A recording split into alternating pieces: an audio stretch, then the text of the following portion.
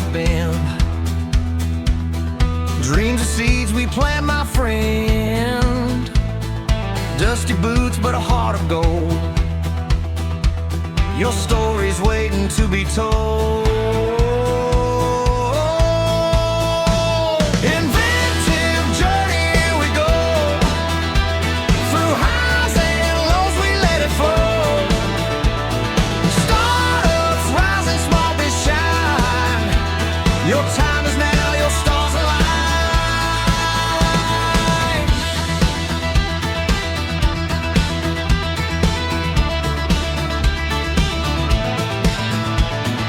Cowbell ring and feel the beat. Hustle hard, don't take a seat. Every step you're blazing trails. Inventive journey never fails. Inventive journey, here we go. Through highs and lows, we let it flow. Startups rising, small but shine. Your time is now, your stars align.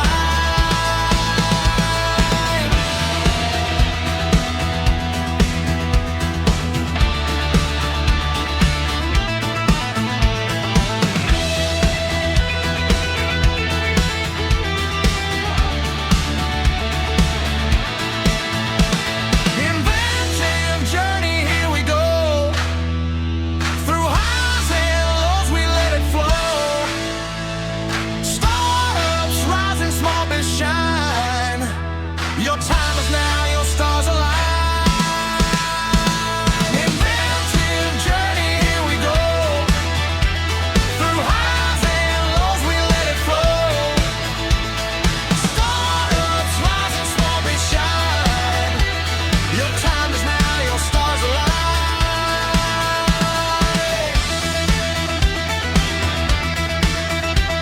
Your time is now, your stars align.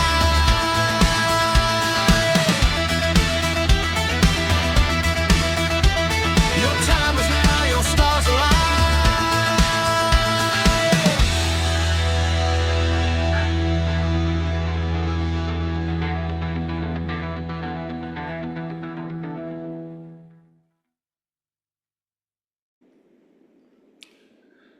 Hey everyone, this is Devin Miller here with another episode of the Inventive Journey.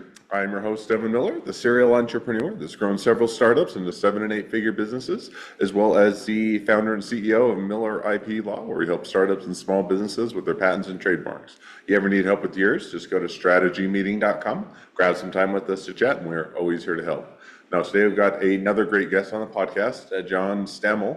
And Jon started his journey growing up in Detroit, went to high school there, always had a different, always was a bit different from friends, and got into racing sailboats, and also got a degree in Eastern Studies. After that, got a job in the Bahamas teaching sailboat racing and doing it himself as well. Went off to get a master's degree, I think, at Harvard in Chinese, but didn't end up finishing due to following a girlfriend where she was moving to. Worked as a loan officer at a bank for a while, became a director at the bonds division, and then later went to work for a trade show company, started his own agency helping businesses with strategy, sold that business and did some consulting, and learned to tailor his message to people, which led him to his current business. So with that much as a quick introduction, welcome on the podcast, Jon. Thank you, Devin. It's great to be here. And I don't know if there's anything more to say. You've already said it all. Everybody's life can be summed up into 30 seconds, but we'll try and unpack it just a little bit. So I gave this the very quick overview to a much longer journey. So let's unpack that a bit and tell me a little bit about how your journey got started. Well, in a way, it's funny to me that you want to start with high school, because when you're that age, you're really not fully formed intellectually, emotionally, spiritually, or physically. So you really develop from that point on.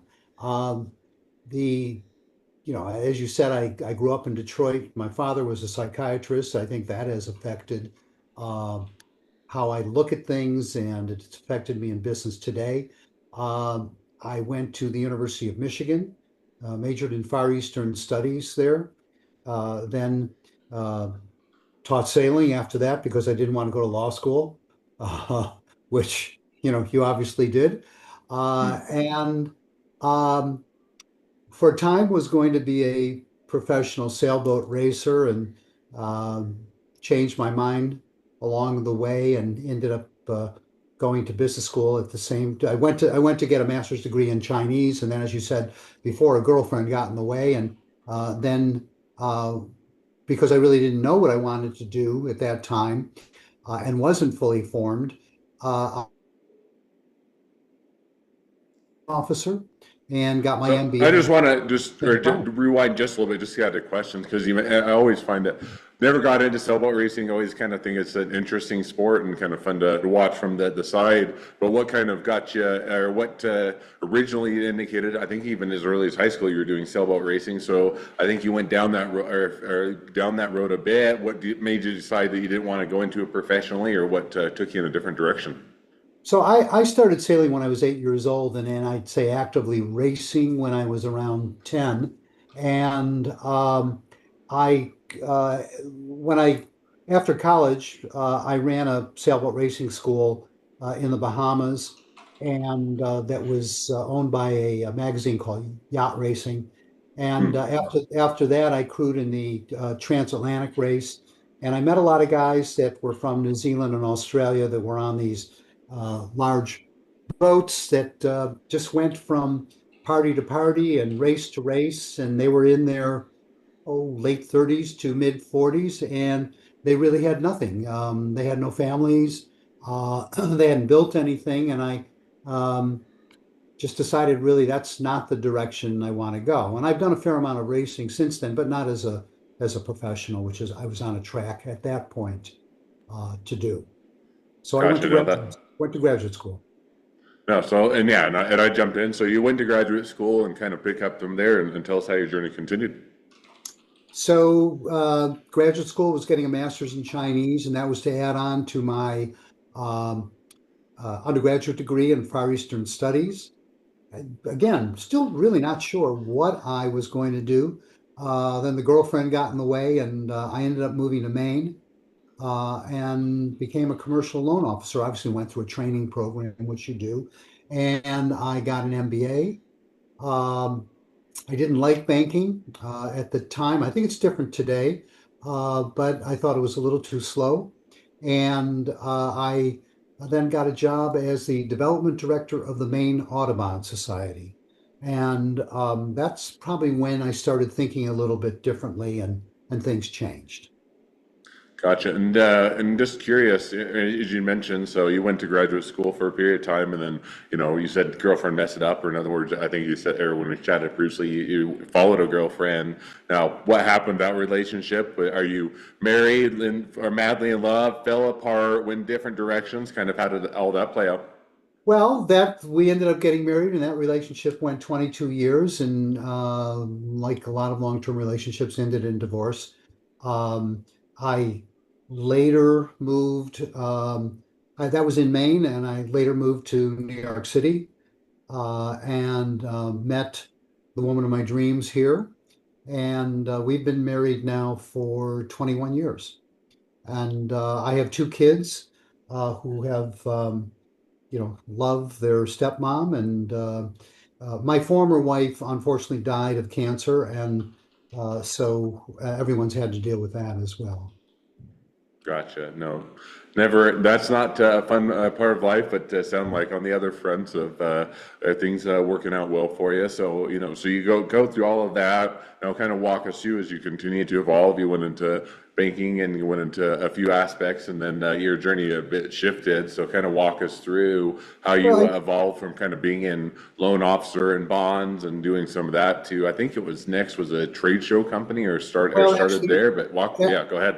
actually, before then, I was development director of the Maine Audubon Society, which had about 10,000 members. And I started thinking, so as a development director, you're responsible for raising money. And traditionally, it was particularly with an environmental organization in a state like Maine, where you have a lot of wealthy people, a lot of it was going out and asking wealthy people to make larger and larger contributions. And I had a different idea as to how it could be done. I had taken some very simple computer programming courses in business school. And I changed the membership form that they had to get all the usual information, but then put on it, here are the organization's 10 priorities, excuse me, for the next year. Could you rank your top three that mean the most to you? And so people would do that. And then when we get to annual fund appeal time, I would write a 5-paragraph letter.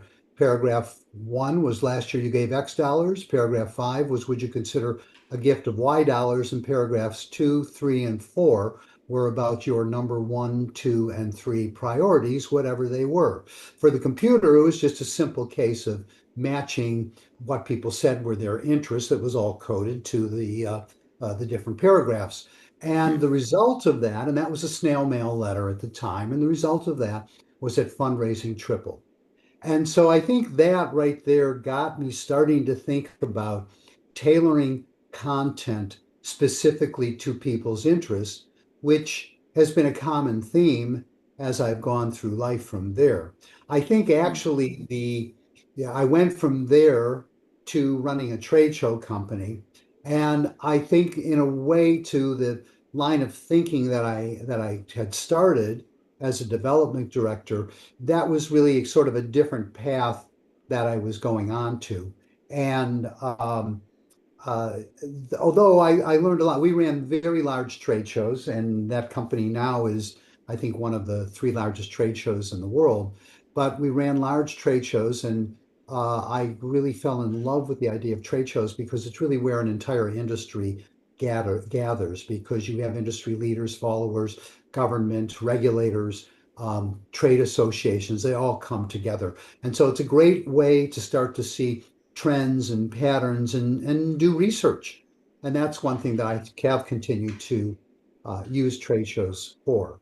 Um, I left there and I started what I thought was going to be a strategy consulting company, ended up becoming an ad agency. And within 10 years, we were up to about $60 million in gross billings and 90 employees. And that was a pretty good journey right there because we did, being in Maine, we did things a little bit differently from anyone else in that state.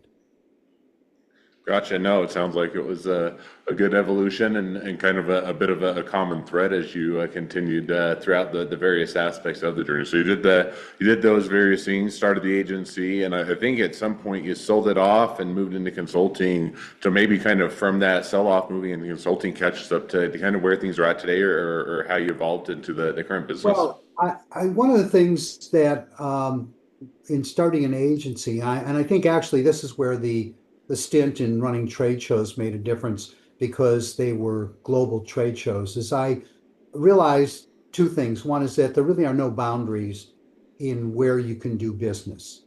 You can do business from anywhere to anywhere. And even though you're in tiny Portland, Maine, that doesn't mean that you can't do business around the world.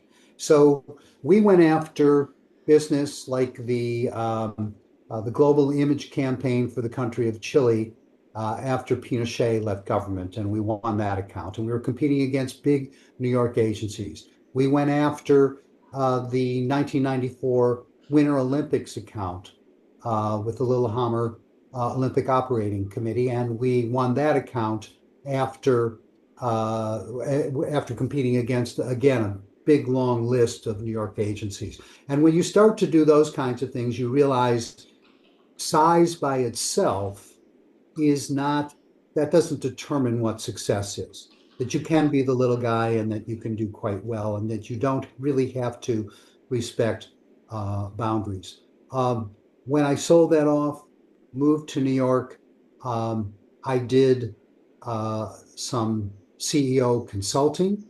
That was pretty much based around 2 questions. Tell me about your customers. That was the first question. And then the second question was always, how do you know? And when I would ask that second question, things would start to fall apart. Because really, they didn't know. They had only talked to a few customers. It was anecdotal. They really didn't have a sense of what the broad customer base was thinking and knowing. And that would often lead into research of one type or another.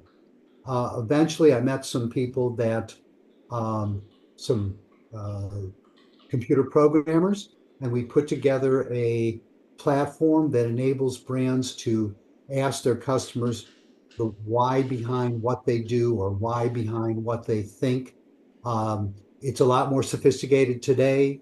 There's AI involved, but we're basically able to segment people by their interests, their needs, their perceptions, their emotions, um, almost anything that they might describe with the language they use. And in addition to segmenting them, we can also analyze them in the aggregate as well. And that's what I'm doing today. No, sounds like it's been a fun evolution and a great place to be today. And kind of a follow-up to that. So now as you kind of catch up to the present day, always looking a bit into the future and kind of planning what are the next steps. So if you're to look out in kind of the next 6, 12 months and where things might be headed, kind of what does that look like for you? Well, we're definitely invested in AI, and we've already seen some incredible results from it. It's going to be more development of AI. We're going to be doing more with agentic AI, so that people don't have to do a lot of the thinking themselves. That they will able to quickly identify who their best customers are, how they should contact them, what the characteristics of their best customers are. Part of I think a big part of marketing is understanding your best customers, the language they use, their habits, um, the both the psychographics and demographics of them, so that you can go out and find more best customers, because you don't want the ones that are the negative ones or the complainers. So you really want to focus on getting the ones that really are similar to the really good ones you have right now, because most business is about uh, optimizing customer lifetime value. And that's really what we focus on, improving customer lifetime value by engaging your best customers and finding more people with their similarities and traits. So agentic AI will be doing more of that. And then also what's called causal AI, which gets a little bit more into the motivations behind what people do and what they believe. Oh, awesome. Well, certainly a burgeoning and growing field and a lot of opportunity there. And sounds like you guys are on the forefront of it. So it'll be fun to see how that evolution plays out. So, well, with that, now as we have reached at the present day and even looking a bit into where things are headed, it's a great time to kind of transition to the couple questions I always like to ask towards the end of each episode. So we're going to jump to those now. So the first question I'd like to ask is, along your journey, what was the worst business decision you ever made? What did you learn from it? Oh, there's so many. Um, well, there are two actually, which are quite different in a way. One was because I doubted how successful I could be. We won an account of a major wine company in California, and that a family owned and wanted to sell, and they had been offered an amount that they weren't particularly happy with. They hired us to help build them up, get them in a better place for selling, and we did that. They sold for 6 times what they thought it would be originally. Um, Now, I had a lot of confidence in what we were going to do for them and what our plan was. And I believe that I could have said to them or sold them on something like the idea of, we'll do everything at cost or even below cost, but I or my company gets 20% of everything over X amount. And I think we could have done that. It would have been quite lucrative had we done it. So that was kind of just doubting how successful I could be. The other mistake was, we had, and I'm not going to mention the name, but we had an account that was with a very large national retailer and mail order company, and they were very difficult to work with. In fact, there were a number of instances where they were emotionally abusive to our creative team. And the creative team basically revolted and said, we can't work for these people anymore. We ended up resigning the account. And at that point, I think we had a 3 month termination clause, but it took about 7 months. And it turned out to be the most profitable 7 months that we had as an agency with no problems at all. And all we did was freelance out of house their work. And the freelancers didn't care. They did exactly what they wanted to do. We had a bunch of creative all-stars that wanted to win awards, and the client didn't want to win awards. They didn't want that kind of advertising. So, had we taken that path of freelancers that would do whatever the client wanted, initially we would have had kept that account. They were paying for a lot of overhead in the agency, and that would have made a big difference in the overall success and value of the agency as well. And so I think that was a case of not thinking through what are all the options that we have, and the options didn't come up until we made that fatal decision. And so that was the wrong thing to do, and I think a big mistake. No, I think those are both easy ones to make and great ones to learn from. So definitely appreciate you sharing those. So now with the follow-up question to that, and the second question I always like to ask you is, so now if you're talking to somebody that's just getting into a startup or a small business, what would be the one rule of thumb you'd recommend? Well, I think it depends on um, the nature of the business, how unique it is, and then also how much competition you have.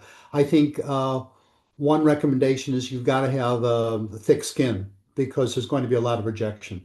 It's going to happen a lot. Because we're in a digital world, there's so much more competition now than there used to be. You know, if you look at large companies, particularly in the communications area, and if you divide uh, their employees into thirds, and so you've got your top performers saying at the top third, and then you've got that middle third, and then the ones who really are underperforming. Eventually, the underperformers are going to leave, or they're going to get let go. The top performers, in most cases, not in many cases, are going to leave because they're going to find entrepreneurial opportunities to move on as well. So for those people, it's not going to be instant success. You got to be prepared for rejection, intense competition, uh, and um, and really decide do you really have something you believe in and that you believe is something that is that different that is going to succeed eventually because times can be tough before you get there. No, I think that's definitely true and a great rule of thumb to live by or to kick a business off by. So with that, now as we are wrapping up, if people want to reach out to you, they want to be a customer, they want to be a client, they want to be an employee, they want to be an investor, they want to be your next best friend, any or all of the above, what's the best way to reach out to you, contact you, find out more? Well, I'm on LinkedIn, and it's Jon Stamell, Stamell, no H in John.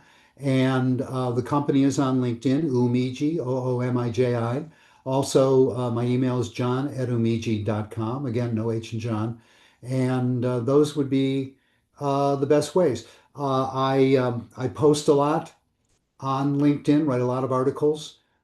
So those are there for you to read and respond to, and I hope people will respond to them as well. I try and be a bit provocative, and I'm always looking for people to take a counter view or agree and add on to the view.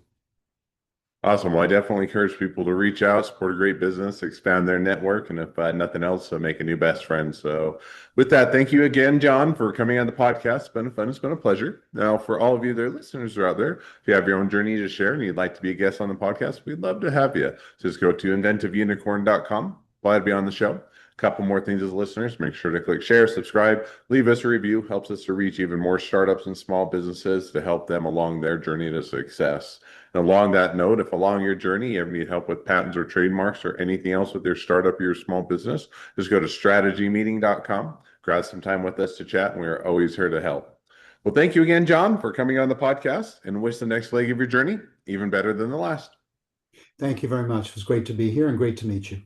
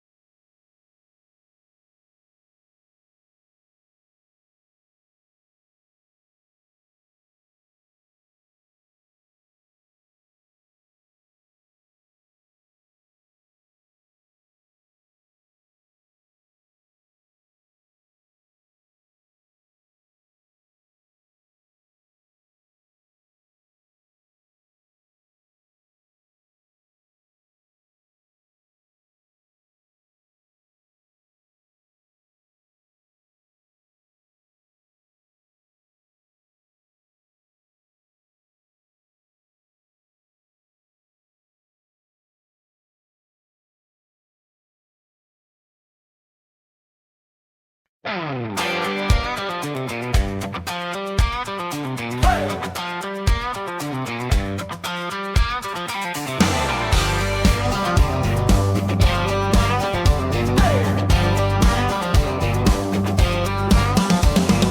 road ain't straight, it's got a bend. Dreams are seeds we plant, my friend. Dusty boots, but a heart of gold. Your story's waiting to be told. Inventive journey, here we go. Through highs and lows, we let it flow. The startups rising small, be shine. Your time is now, your stars align.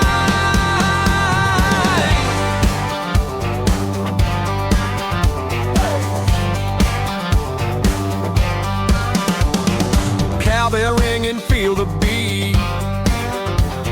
Hustle hard, don't take a seat. Every step you're blazing trail. Inventive journey never fails. Inventive journey.